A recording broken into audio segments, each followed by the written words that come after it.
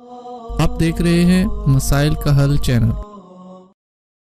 قال اللہ تبارک و تعالی فی القرآن المجید اعوذ باللہ من الشیطان الرجیم یا ایہا الناس کلوا مما فی الارض حلالا طیبا۔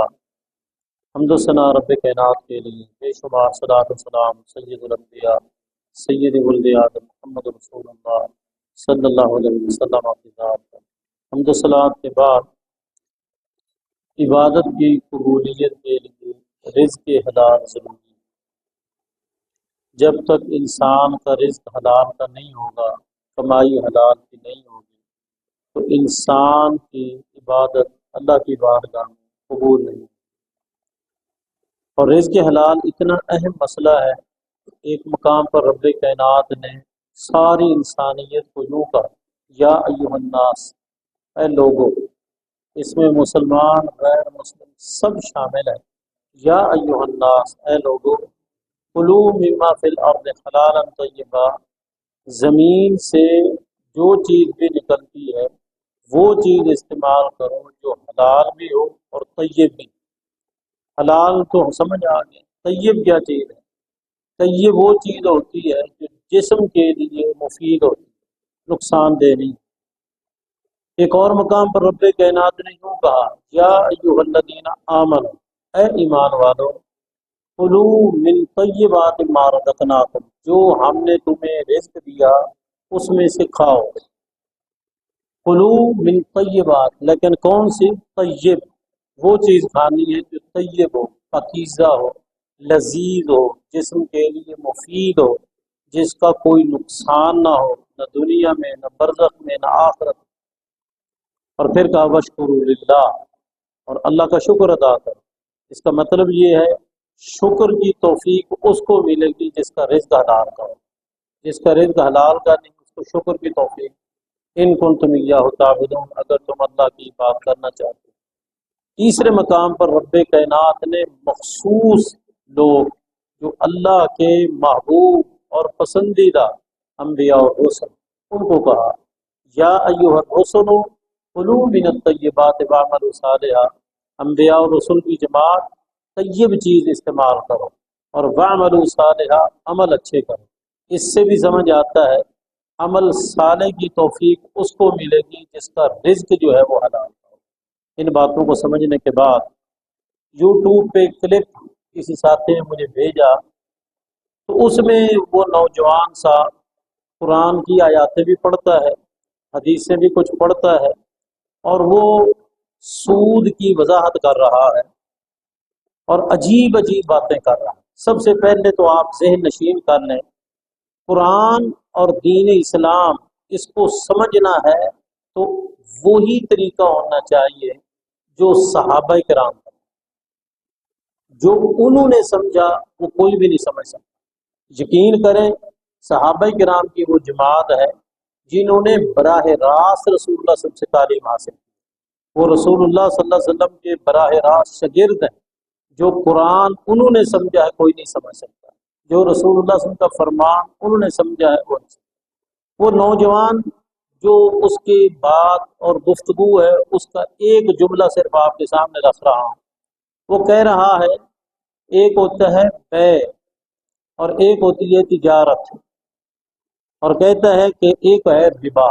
ربا اور چیز ہے، بے اور چیز ہے، تجارت اور چیز ہے، جس کو تجارت کو ہم بزنس کہتے ہیں۔ وہ کہتا ہے کہ سود اس وقت بنتا ہے جب دگنا چگنا ہو، پھر سود بنتا ہے۔ اگر دگنا چگنا نہیں ہے، اس بات کو پھر وہ وضاحت کرتے کرتے اس کی گفتگو سے بھی پتہ چلتا ہے کہ وہ اپنی بات سے خود بھی مطمئن نہیں۔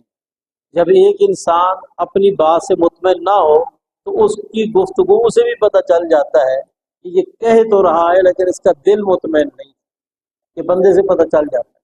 آپ اپنے بیٹے سے کوئی چیز پوچھے نا اور وہ جھوٹ بول رہا ہو تو بعض اوقات اس کا چہرہ اس کی گفتگو بھی بتلا دیتی ہے کہ یہ سچی بات نہیں کر رہا۔ تو محترم ساتھیو، میں مختصر آپ کے سامنے رکھتا ہوں کہ ربا سود کو کہتے ہیں، کہ قرآن پاک میں بھی آیا، حدیث میں بھی آیا، ربا جس کا معنی ہوتا ہے بڑھنا۔ اس نے یہ جملہ بھی بول دیا ہے کہ ایک سود ایسا ہے جو حلال ہے اور ایک سود ایسا ہے جو حرام ہے، یہ بھی اس کی گفتگو میں جملہ موجود ہے۔ حالانکہ سود تو حلال ہو ہی نہیں سکتا، سود تو حرام ہی حرام ہے۔ یہ کیسے ہو سکتا ہے کہ سود حلال بھی ہو اور سود حرام بھی ہو؟ جو سود ہے وہ حلال ہو ہی نہیں سکتا۔ آئیے قرآن مجید کے اندر اور کتاب جو حدیث کی ہیں کتب، ان کے اندر بے کا لفظ اس کا معنی ہوتا ہے بیچنا، اور خریدنے کے لیے اشترا کا لفظ ہے، اور اسی چیز کو تجارت کہا ہے، کیونکہ تجارت میں خرید و فروخت ہوتی ہے۔ تو بے کا معنی بیچنا، اشترا کا معنی خریدنا، اور یہی کیا ہے تجارت ہے۔ اور بے کو اللہ نے حلال قرار دیا ہے، اور سود کو، ربا کو اللہ نے حرام قرار دیا ہے۔ سود کیا ہے؟ بعض اوقات ایک ایسی چیز جس کو ہم سود نہیں کہتے، لیکن رسول اللہ صلی اللہ علیہ وسلم کی مبارک زبان سے نکلے ہوئے الفاظ کہ یہ بھی سود ہے۔ مثلا میرا معراج صاحب کے ساتھ کوئی لین دین کا کوئی تعلق نہیں، کبھی ہم نے آپس میں کسی کو تحفہ تحائف نہیں دیا۔ مجھے پیسوں کی ضرورت پڑ گئی، میں نے معراج صاحب کو کہا کہ یار مجھے 50,000 چاہیے، انہوں نے مجھے 50,000 دے دیا بطور قرض۔ اس کے بعد میں ایک مٹھائی کا ڈبہ ان کو پیش کر دیا، رسول اللہ صلی اللہ علیہ وسلم کا فرمان ہے یہ سود ہے۔ اندازہ نبی علیہ الصلوۃ والسلام کا فرمان ہے یہ سود ہے۔ اگر ہم پہلے ایک دوسرے کو تحفہ تحائف دیتے ہیں پھر کوئی حرج نہیں، ہمارا پہلے پیار محبت گھر تحفے تحائف والا سلسلہ ہے، پھر کوئی حرج نہیں۔ زندگی میں نہ انہوں نے مجھے کوئی تحفہ دیا، حالانکہ ہم ایک دوسرے کو جانتے ہیں، نہ میں نے ان کو دیا، لیکن قرض لینے کے بعد اب میں تحفہ دوں گا تو رسول اللہ سے فرمایا یہ بھی کیسے؟ اندازہ لگائیں کتنا اہم مسئلہ ہے۔ اسی طرح رسول اللہ صلی اللہ علیہ وسلم نے فرمایا گندم گندم کے ساتھ، جو جو کے ساتھ، کھجور کھجور کے ساتھ، نمک نمک کے ساتھ، سونا سونے کے ساتھ، اور چاندی چاندی کے ساتھ، 6 چیزوں کا نام لیا ہے رسول اللہ صلی اللہ علیہ وسلم نے۔ الذهب بالذهب والفضة بالفضة والتمر بالتمر والملح بالملح اور والشعیر بالشعیر، اس طرح رسول اللہ صلی اللہ علیہ وسلم نے نام لیا۔ آپ نے فرمایا یہ 6 چیزیں جب جنس کا جنس کے ساتھ تبادلہ ہو اور ایک ہی جنس ہو تو اس میں 2 طرح سے سود بنتا ہے۔ اگر گندم ایک طرف زیادہ ہے اور دوسری طرف کم ہے، رسول اللہ نے فرمایا یہ ربا ہے۔ اگر جو ایک طرف زیادہ ہے دوسری طرف جو کم ہے، رسول اللہ صلی اللہ علیہ وسلم یہ ربا ہے۔ آپ نے فرمایا اگر سونا ایک طرف سے زیادہ ہے اور دوسری طرف سے کم ہے، یہ ربا ہے۔ ایسے آپ نے مثلم بمثل، آپ نے فرمایا برابر برابر۔ تو کمی بیشی کی صورت میں جنس ایک ہو تو آپ نے اس کو سود کہا۔ اور دوسرا اس کے اندر ربا نسیہ ہے کہ اگر ایک طرف سے چیز نقد ہے اور دوسری طرف سے چیز ادھار ہے اور کاروبار کے طور پر، نبی علیہ الصلوۃ والسلام نے فرمایا یہ بھی سود ہے۔ حالانکہ ہم تو اس کو سود سمجھتے ہیں، ہم تو اس کو سود سمجھتے نہیں۔ یعنی ایک طرف سے عام طور پر ایسے ہوتا ہے، میں مسئلہ واضح کر دوں، عام طور پر ایسے ہوتا ہے جب ہم کسی زرگر سے ہم کوئی زیور بنواتے ہیں تو بعض اوقات ہمارے پاس پیسے پورے نہیں ہوتے، ہم اس زرگر کو کچھ پیسے دے دیتے ہیں اور کچھ پیسے ادھار رکھوا لیتے ہیں۔ رسول اللہ فرمایا یہ سود۔ کیوں کہ جو ہم پیسے دے رہے ہیں یا اس کو ہم سونا سمجھیں یا اس کو چاندی سمجھیں، 2 چیزوں میں سے ایک ہی ہے۔ ہماری جو کرنسی ہے یا وہ سونا ہے یا وہ چاندی ہے۔ جب ہم سونا لے کے اس کو پیسے دے رہے ہیں تو جو چیز ہم دے رہے ہیں یا وہ سونا ہے یا چاندی ہے، جو سونا ہم لے رہے ہیں اس کے مقابلے میں جو ہم دے رہے ہیں وہ تھوڑا ہے، تو آپ نے فرمایا یہ کیا ہے سود۔ اور یاد رکھیں اگر کاروبار نہیں ہے، کاروبار نہیں بلکہ بطور ہمدردی کے ہے، میرے پاس گندم کم ہو گئی، ختم ہو گئی، گھر میں آٹا نہیں ہے، گندم نہیں ہے، میں نے کسی ساتھی کو کہا یار مجھے ایک کٹو جو ہے نا وہ ادھارا دے دے، جب میری گندم آئے گی میں آپ کو دے دوں گا، یہ جائز ہے، کیونکہ یہ کاروبار نہیں ہے، یہ ہمدردی ہے۔ یہ سود اس وقت بنتا ہے جب کیا ہو کاروبار ہو۔ ایسے ہی بہت ساری مثالیں ہیں، تو اس لیے یہ بات ذہن نشین کر لیں، اجتنبوا الربا والریبا، ربا سے بھی بچو اور شک سے بھی بچو۔ اس نے اتنا تک بھی کہہ دیا کہ بینکوں سے آپ جو چیز لیتے ہیں، گاڑی لیں، موٹر سائیکل لیں، آپ قرض لیں، کوئی سود نہیں، یہ بھی لفظ ہے۔ حالانکہ پاکستان کے پورے بینک، چاہے وہ اسلامی نام سے بھی ہے، سب کا تعلق اسٹیٹ بینک سے ہے، اور اسٹیٹ بینک کا تعلق ورلڈ بینک سے ہے، اور وہ سود سے پاک ہے۔